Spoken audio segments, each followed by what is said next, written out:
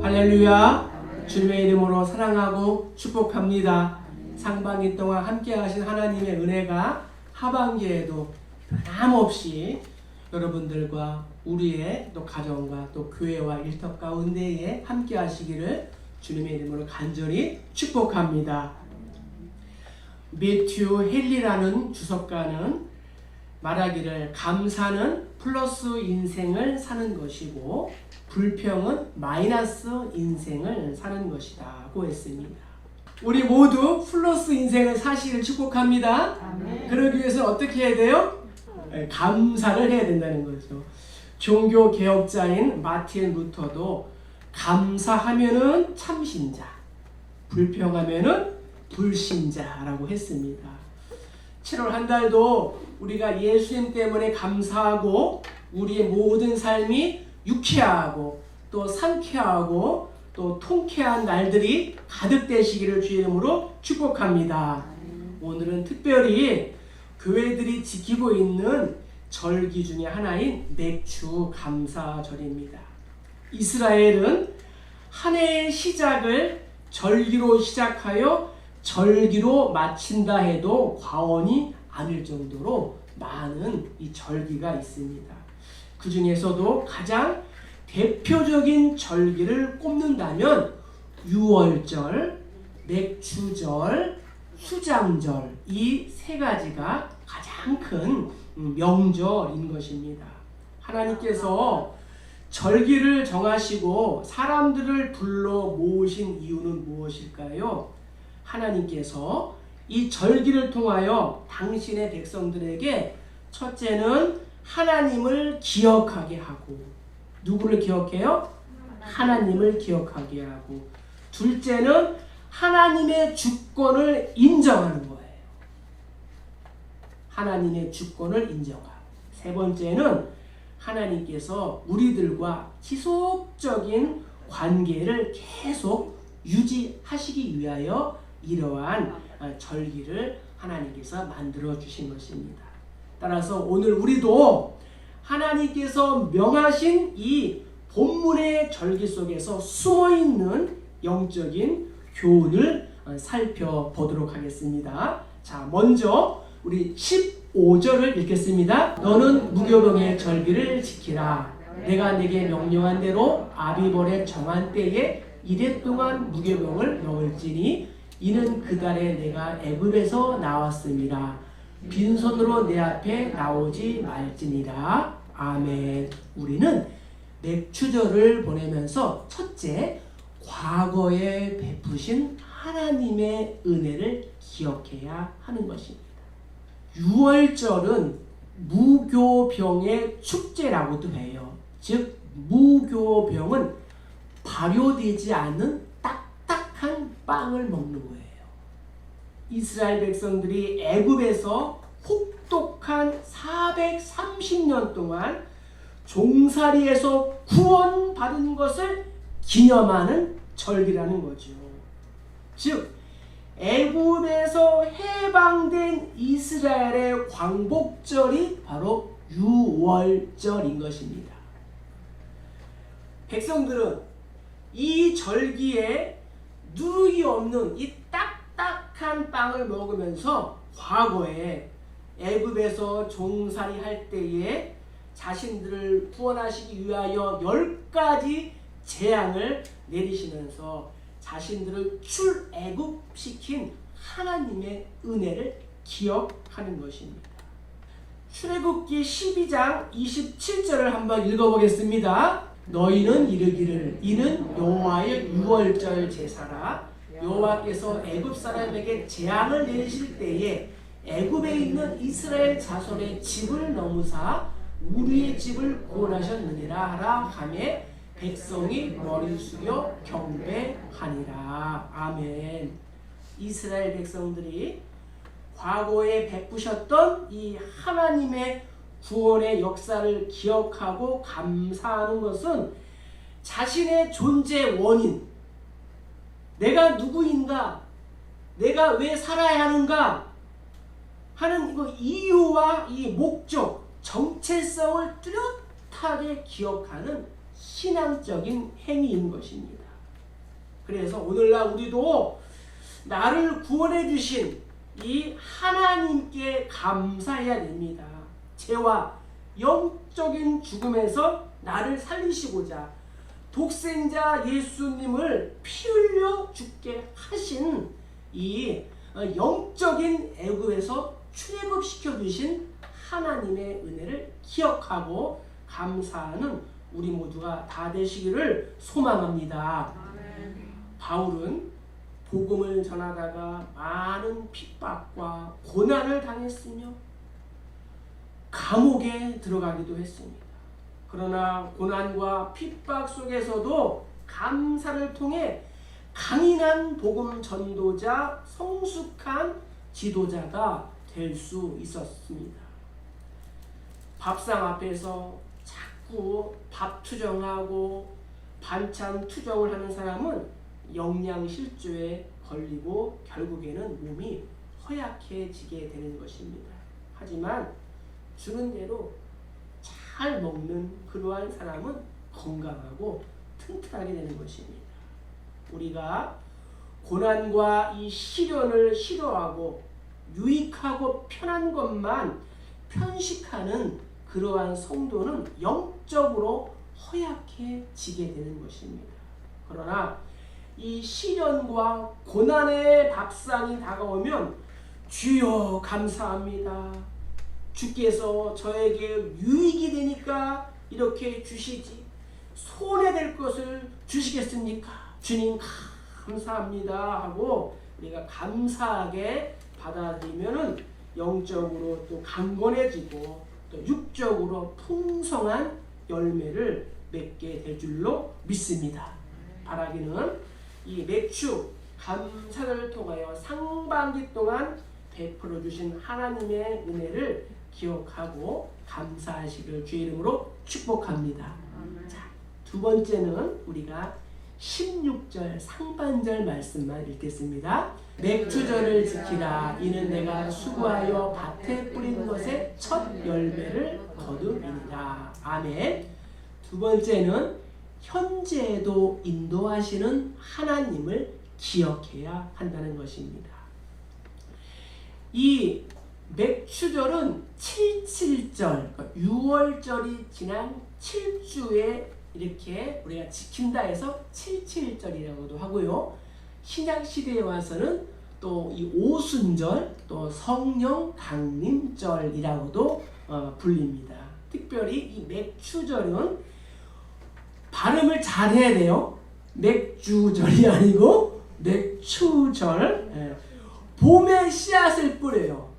그리고 여름에 첫 곡식인 밀과 보리를 수확하는 거예요. 그래서 이 첫 곡식인 이 중간에 밀과 이 보리를 수확할 수 있도록 햇빛과 단비를 주신 하나님의 은혜를 기억하고 감사하는 그러한 절기가 이 맥추절인 것입니다.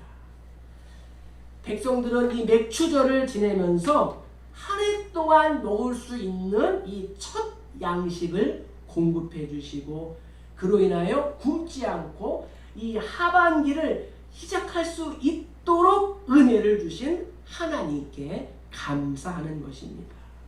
하나님께서는 당신이 친히 구원하신 백성들, 저와 여러분들을 고난과 궁핍의 현장에 그냥 방치하지 않으시고 지금까지도 계속적으로 돌보아 주시는 분임을 믿으시기를 소망합니다. 이 은혜를 체험한 사람은 어찌 감사하지 않겠습니까? 하나님께서 과거에 내가 죄인임에도 불구하고 나를 사랑하시고 내가 너를 지명하여 불렀나니 너는 내 것이라 구원해 주셨습니다. 그리고 당신의 은혜를 과거에만 국한시키지 아니하시고 과거와 이 현재에도 함께하여 주시고 형통하게 해주신 이 하나님의 은혜를 우리가 기억하고 감사해야 됩니다. 자, 야곱은 창세기 32장 10절에서 이렇게 하나님께 감사했어요. 나는 주께서 주의 종에게 베푸신 모든 은총과 모든 진실하심을 조금도 감당할 수 없사오니 내가 내 지팡이만 가지고 이 요단을 건넜더니 지금은 두 때나 이루었나이다. 아멘. 시편 기자는 고백하기를 감사로 제사를 드리는 자가 나를 영화롭게 하나니 그의 행위를 옳게 하는 자에게 내가 하나님의 구원을 보이리라고 말씀하셨습니다. 나 같은 죄인 살리신 주 은혜 놀라와 잃었던 생명 찾았고 광명을 얻었네. 이 야곱은 형 에서의 눈을 피하여 요단강을 건너 외삼촌 라반의 이 집으로 야반 도주를 했습니다. 그는 홀로 지팡이 하나로 아버지의 집을 떠났지만 그 하나님께서 나를 도와주시고 함께 하시고 이 정말 이 두 때나 되는 이러한 재물을 주신 하나님의 은혜를 기억하고 감사하는 것입니다.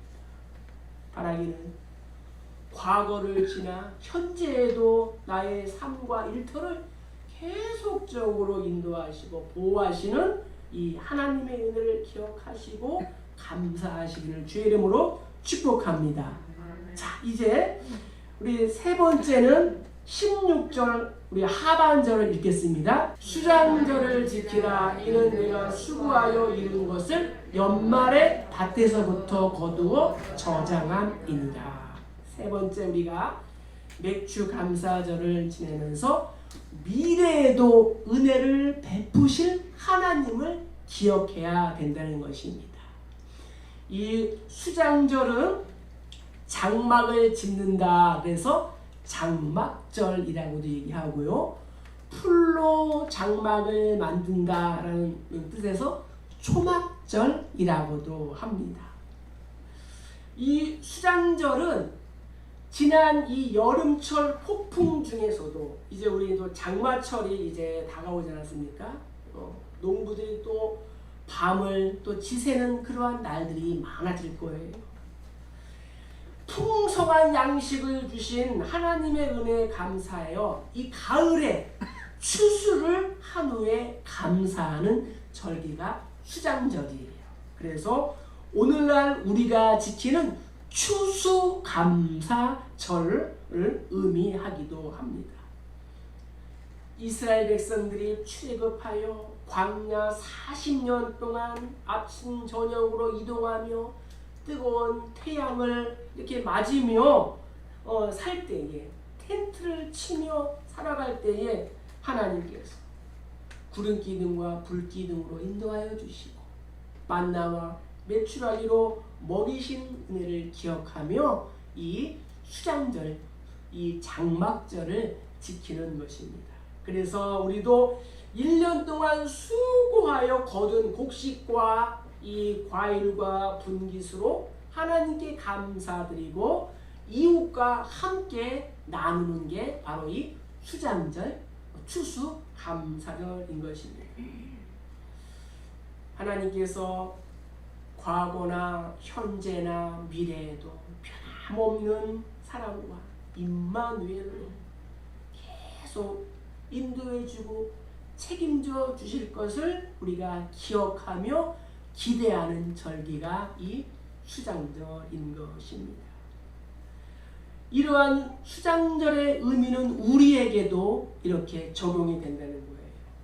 하나님께서 우리의 가정과 일터와 산업과 교회를, 여러분들의 건강을 과거와 현재와 미래까지도 확실히 인도해 주시고 보호해 줄 줄로 믿습니다. 이렇게 우리는 무궁무진한 변함없는 신실하신 하나님의 은혜를 기억하고 감사하는 것입니다. 그래서 6월절은 과거에 베푸신 은혜를 기억하며 감사하고, 맥주절은 현재 나의 삶을 인도하신 은혜를 기억하고 감사드리며, 수장절은 미래에도 여전히 은혜를 베푸실 하나님을 기억하고 감사를 하는 것입니다. 자, 하나님의 말씀에 따라 이렇게 절기를 지키며 감사하는 자에게 주시는 복이 있습니다. 우리 20절과 22절을 읽겠습니다. 내가 사자를 내 앞서 보내어 길에서 너를 보호하여 너를 내가 예비한 곳에 이르게 하리니 내가 그의 목소리를 잘 청종하고 내 모든 말대로 행하면 내가 내 원수에게 원수가 되고 내 대적에게 대적이 될지라. 아멘. 첫 번째 절기를 지키는 자들에게 주시는 복이 뭐예요? 하나님의 보호하심을 약속해 주셨습니다. 하나님께서 당신의 사자인 천사를 통하여 너의 삶과 너의 환경, 건강을 지켜주시겠다. 하물며 원수까지도 막아주시겠다라고 성경은 말씀하고 있습니다. 바울은 이방인의 사도로 부름받아서 약 15년 동안 유럽의 이곳저곳을 다니며 복음을 전하고 많은 교회를 세우고 신약 성경을 13권이나 기록을 했습니다. 바울은 복음을 전하다가 핍박을 받아 매를 맞고 도망도 가야 했고 빌립보 감옥에 수감도 되었습니다. 그러나 그는 감옥 속에서도 원망하지 않고 감사하며 기도하고 찬양했습니다. 그때에 하나님의 능력이 나타나 이 바울을 묶은 쇠사슬이 끊어지고 굳게 닫혔던 옥문이 활짝 열리게 되었습니다. 그리고 바울을 가둔 이 빌립보 감옥의 간수장의 온 가족이 예수를 믿게 하는 통로가 되었던 것입니다. 이처럼 찬양과 감사와 기도가 넘치는 곳에는 나를 묶고 있는 복잡한 문제들이 해결될 줄로 믿습니다.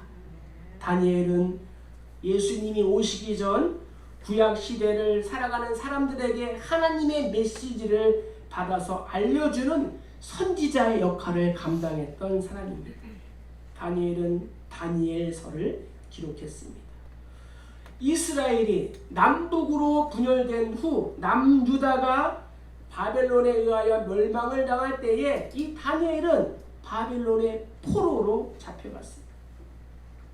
잡혀온 포로 가운데 남달리 지혜롭고 총명한 다니엘은 바벨론 왕의 총애를 받아 그 나라의 수석 총리가 되었습니다. 그러던 어느 날 다니엘을 시기한 신하들의 음모로 인하여 굶주린 사자굴에 던져지게 되었습니다.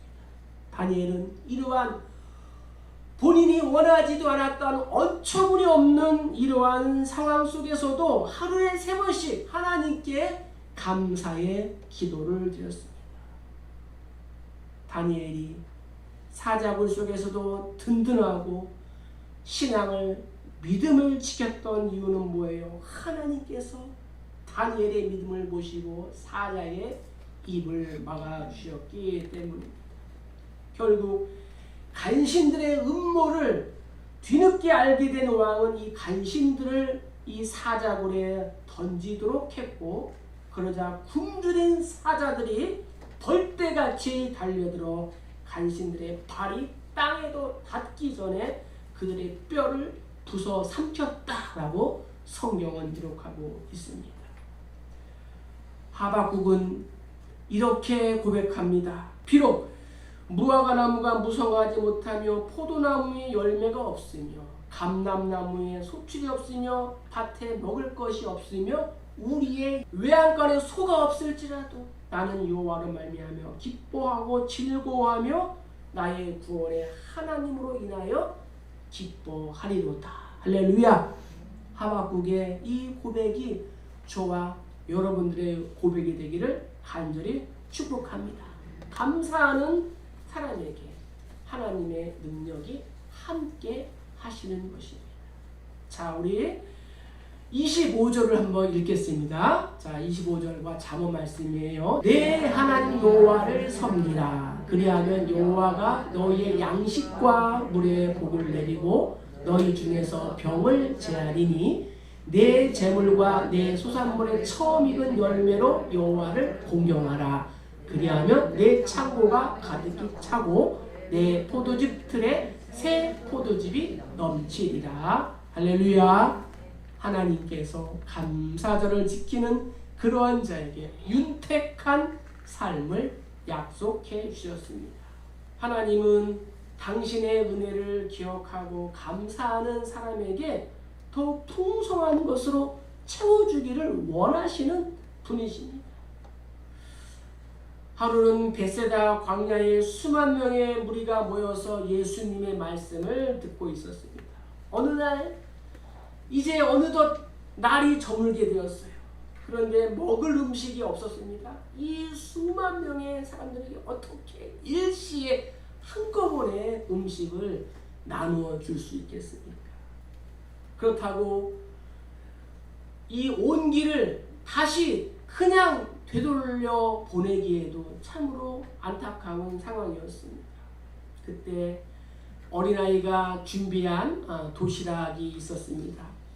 그 도시락 안에는 물고기 2마리와 보리떡 5개가 들어있었습니다. 이것을 보신 예수님은 이 수만 명의 무리 앞에서 하나님께 감사의 기도를 드렸습니다. 그리고 그것을 나누어 주셨습니다. 이때에 기적이 나타났습니다. 나누어 주어도 부족함이 없었던 것입니다. 모두 배불리 먹고 남은 것이 12바구니가 되었습니다. 이를 가리켜 우리가 오병이어의 기적이라고 합니다. 성경은 5,000명이라고 기록되어 있지만 거기에 모인 사람은 수만 명이었던 것입니다. 감사하며 살아가는 이 현장에 하나님의 은혜가 반드시 임하게 된다는 것을 믿으시기를 주의 이름으로 축복합니다. 어느 날 엘리사가 운영하고 있던 선지학교에 학생 중 한 사람이 죽게 되었습니다.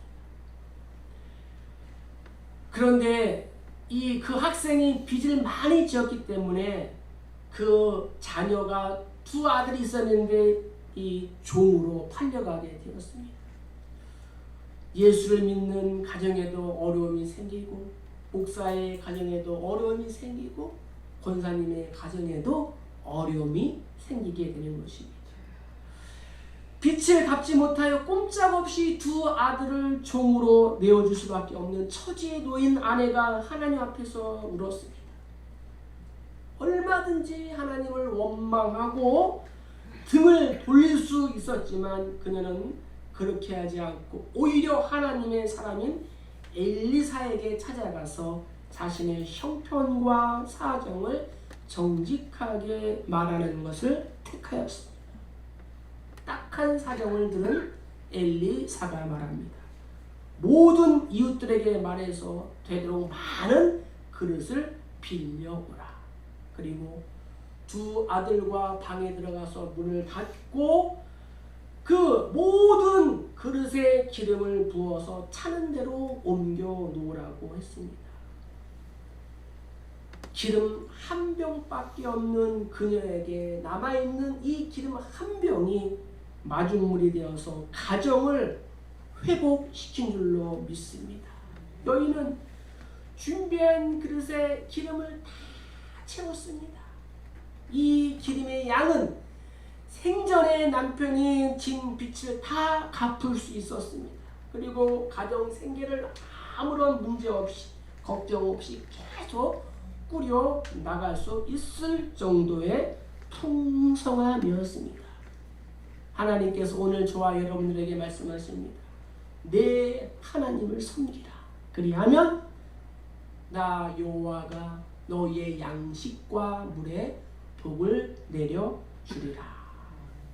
감사로 인하여 우리의 삶이 윤택해지고 나누고 섬기는 데까지 나아갈 수 있는 우리 모두 다 되시기를 주님의 이름으로 간절히 축복합니다. 자, 이제 우리 3번째 26절 한번 읽겠습니다. 내 나라에 낙태하는 자가 없고 임신하지 못하는 자가 없을 것이라. 내가 너의 날수를 채우리라. 아멘. 25절 하반절에도 너희 중에서 병을 제하리니. 하나님께서 절기를 지키는 자들에게 주신 복, 건강의 복을 약속해 주셨습니다. 하나님의 약속은 변함이 없어요. 1.1획도 틀림없이 이루시는 분이 이 하나님이고, 하나님의 약속은 신실하신 줄로 믿습니다. 문제는 이 약속의 말씀을 내가 지키느냐, 그렇지 않느냐, 이것이 문제라는 거예요.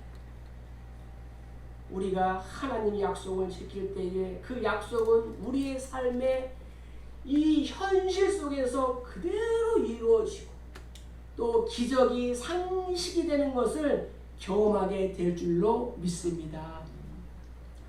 데이비드 클링크 박사라는 분이 있어요.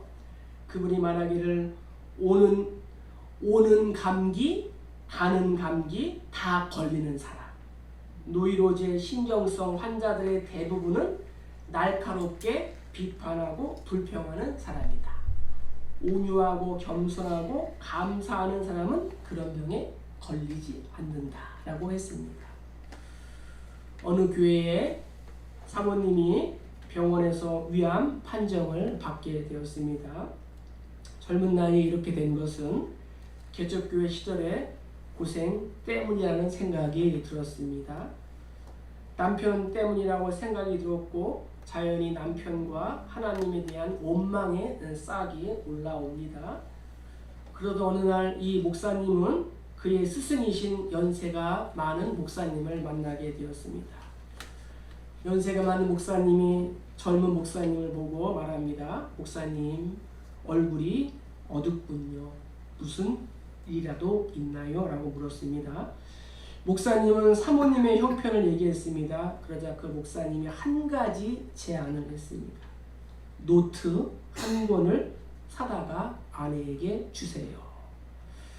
그 노트에 감사할 일만 생각나는 대로 적으라고 해보세요. 좋은 일이 있을 것입니다. 목사님은 즉시 노트와 볼펜을 사가지고 아내에게 갔습니다. 그리고 아내에게 무엇이라고 말했을까요? 노트에 감사한 일이 있으면 적어보라고 했습니다. 사모님 왈, 이 마당에 내가 위암 판정을 받고 오늘내 하는 이 와중에 무슨 감사할 일이 있냐고 짜증을 내며 말합니다. 그러나 사모님은 목사님이 나간 후에 몇 가지씩 노트에 감사할 일을 쓰기 시작합니다. 아주 평범하고 작은 일부터 적어 나갔습니다.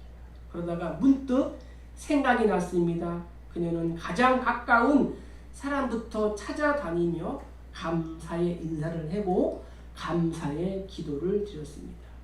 그 다음 날도 또 그 다음 날도 또 그 다음 날도.